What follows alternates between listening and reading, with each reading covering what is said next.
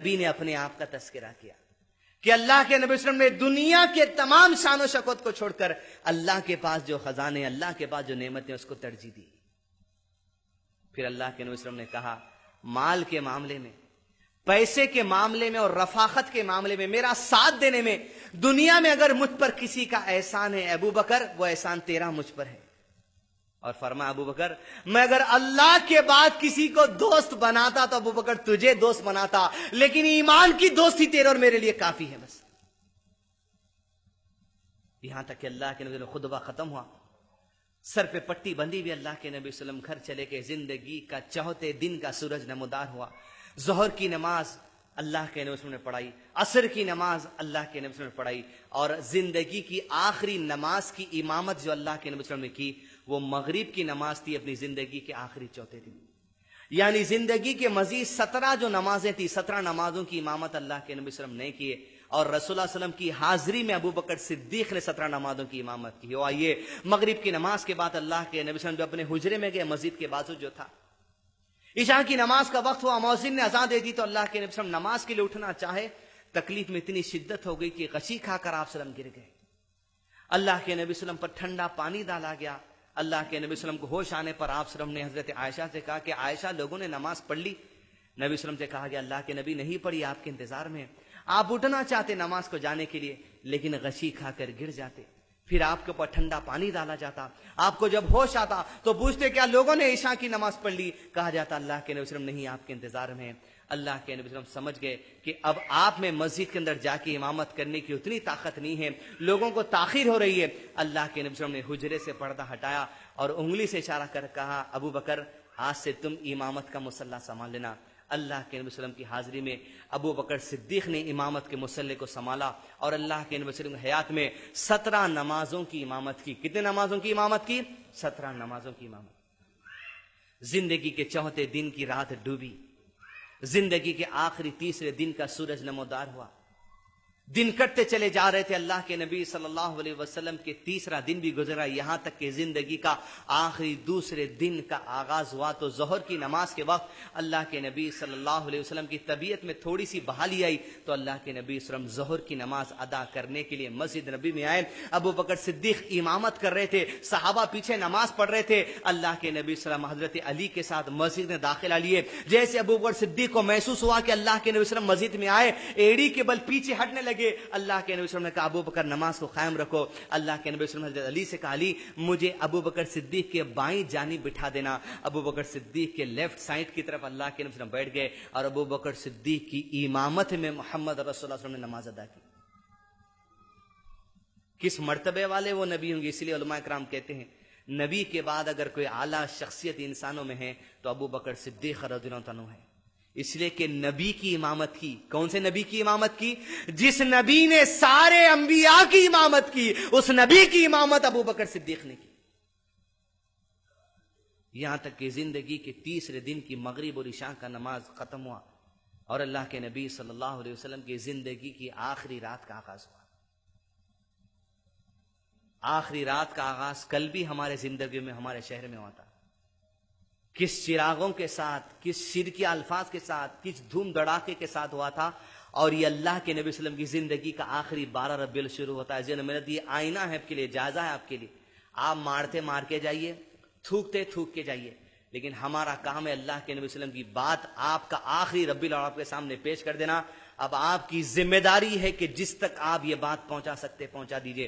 آخری ربیع الاول اللہ کے نبی صلی اللہ علیہ وسلم مغرب کی نماز ٹلی، عشاء کی نماز کا وقت ختم ہوا، اللہ کے نبی صلی اللہ علیہ وسلم رات چلتی چلی گئی، یہاں تک کہ رات کو اللہ کے نبی صلی اللہ علیہ وسلم کے جسم اتھر میں تکلیف بڑھتی چلی گئی۔ جب اندھیرا ہو گیا، ماں عائشہ رضی اللہ عنہا چراغ جلانے کے لیے جب چراغ کے پاس گئی، تو وہ نبی جو اس قرآن کی روشنی کو دنیا میں پھیلانے کے لیے بھیجے گئے تھے، ان کی زندگی کی آخری رات گھر میں چراغ جلانے کے لیے تیل نہیں ہے،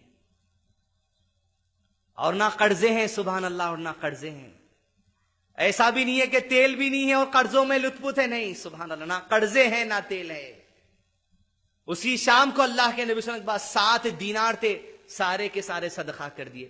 جتنے غلام تھے سب کو آزاد کر دیا، جتنے ہتھیار تھے سارے صحابہ میں بانٹ دیے۔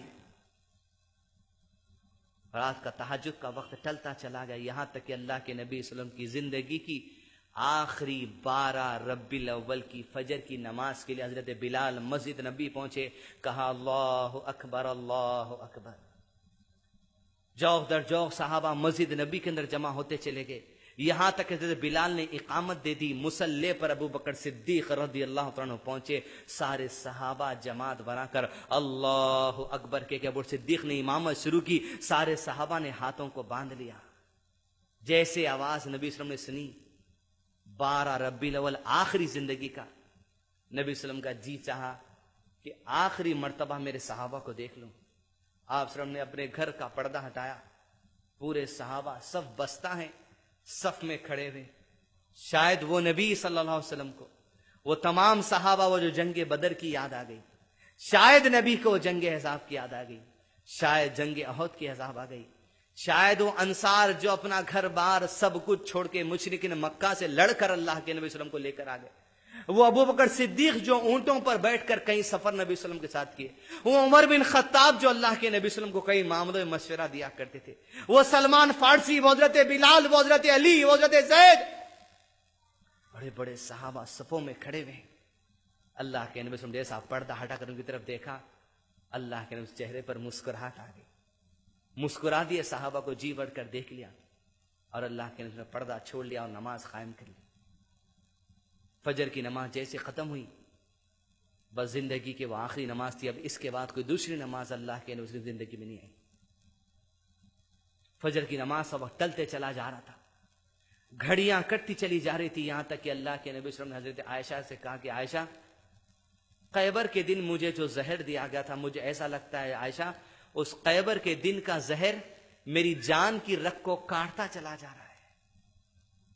تکلیف بڑھتی چلی جا رہی تھی، پٹی آپ کے سر پر بندھی تھی، پٹی کے اوپر ہاتھ رکھ دیا جاتا تو اس کی حرارت محسوس کر سکتا تھا۔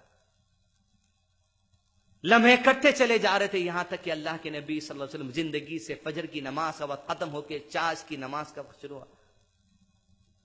اللہ کے نبی صلی اللہ علیہ وسلم کے قریب آپ صلی اللہ علیہ وسلم کی ازواج تمام مطہرہ ازواج آ گئی، تمام ازواج محترمات، آپ کے نواز سے حضرت حسن، حضرت حسین حضرت آ گئے، اللہ کے نبی صلی اللہ علیہ وسلم کی بیٹی حضرت فاطمہ حضرت آ گئی، ان کے گھر میں آخری ربیع الاول کی صبح ہے۔ آج ہم نے بھی ربیع الاول کی صبح کی۔ اللہ کے نبی صلی اللہ علیہ وسلم فاطمہ اپنی بیٹی رضی اللہ عنہ کو قریب بلایا، کہا فاطمہ کو 2 باتیں، ایک بات کہتے ہنس دی اور ایک بات کہتے رو دی۔ کہا میری بیٹی فاطمہ، میرے وفات کے بعد میرے خاندان کے لوگوں میں سے تم وہ پہلے شخص ہوگے جو اللہ کے پاس انتقال کر کے آؤ گے۔ یہ بات موت کی خبر سنتے حضرت فاطمہ ہنس پڑی۔ اللہ کے نبی صلی اللہ علیہ وسلم نے دوسری بات کہی تو رو دی۔ کہا اللہ کے نبی صلی اللہ علیہ وسلم نے خاموشی سے، فاطمہ مجھے ایسا لگتا ہے شاید اب اسی مرض میں تیرے والد کا انتقال ہو جائے گا۔ یہ بات سننا تھا، حضرت عائشہ رضی اللہ عنہا رونے لگی۔ کہا ابا جان، ہائے ابا جان کی تکلیف۔ اللہ کے نبی صلی اللہ علیہ وسلم نے کہا اے بیٹی رو مت، آج کے بعد تمہارے والد کو کوئی تکلیف ہونے والی نہیں ہے۔ لمحے کٹتے چلے جا رہے تھے، گنتی آخری منٹوں کی طرف، آخری لمحات کی طرف بڑھتی چلی جا رہی تھی۔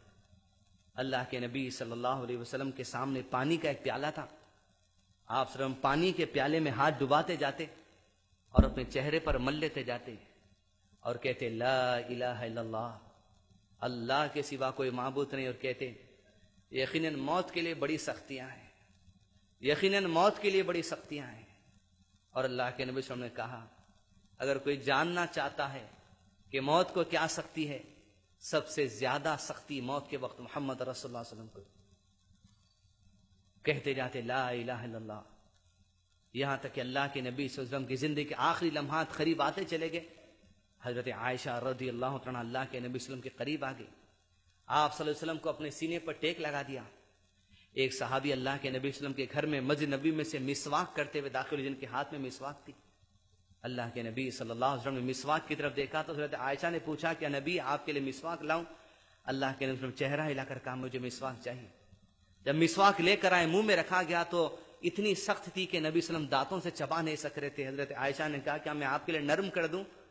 اس مسواک کو لے کر حضرت عائشہ نے اپنے دانتوں میں رکھ کر اسے چبایا، اسے نرم کیا، اور اللہ کے نبی صلی اللہ علیہ وسلم کے دانت مبارک کو جو مسواک کرنے لگے۔ یہاں تک کہ جب مسواک ہو گئی تو اللہ کے نبی صلی اللہ علیہ وسلم مسواک نکالی گئی اور اللہ کے نبی صلی اللہ علیہ وسلم کی زندگی کے وہ آخری لمحات آ چکے تھے کہ آپ صلی اللہ علیہ وسلم نے اپنی انگشت شہادت اس طرح اٹھائی اور اللہ کے نبی صلی اللہ علیہ وسلم نے جیسے انگشت شہادت اٹھائی آپ کے ہونٹوں سے کچھ بات نکل رہی تھی. حضرت عائشہ نے اپنے کانوں کو قریب لے گیا. یہ آخری 12 ربیع الاول کی صبح ہے نبی صلی اللہ علیہ وسلم کے گھر. یہاں تک حضرت عائشہ اپنی کان کو قریب لے گئے تو کہا میں نے نبی صلی اللہ علیہ وسلم کو کہتے ہوئے سنا. نبی صلی اللہ علیہ وسلم کہتے جاتے ہیں اللہ ان شہیدوں کے ساتھ, ان انبیاء کے ساتھ, ان صدیقین کے ساتھ, ان نیکوکاروں کے ساتھ مجھے رکھنا میرے پروردگار. اے اللہ مجھے بخش دے, اے اللہ مجھ پر رحم کر, اے اللہ مجھے رفیق اعلیٰ کے پاس پہنچا دے. یہ آخری ربیع الاول کی صبح ہے نبی محمد رسول اللہ صلی اللہ علیہ وسلم کی. وہ نبی کی زبان پہ آخری لمحات میں الفاظ ہے اللہ مجھے بخش دے. اور نبی کی خاصیت یہ ہے کہ اللہ نے اگلے پچھلے تمام خطا تمام گناہ بخش دی.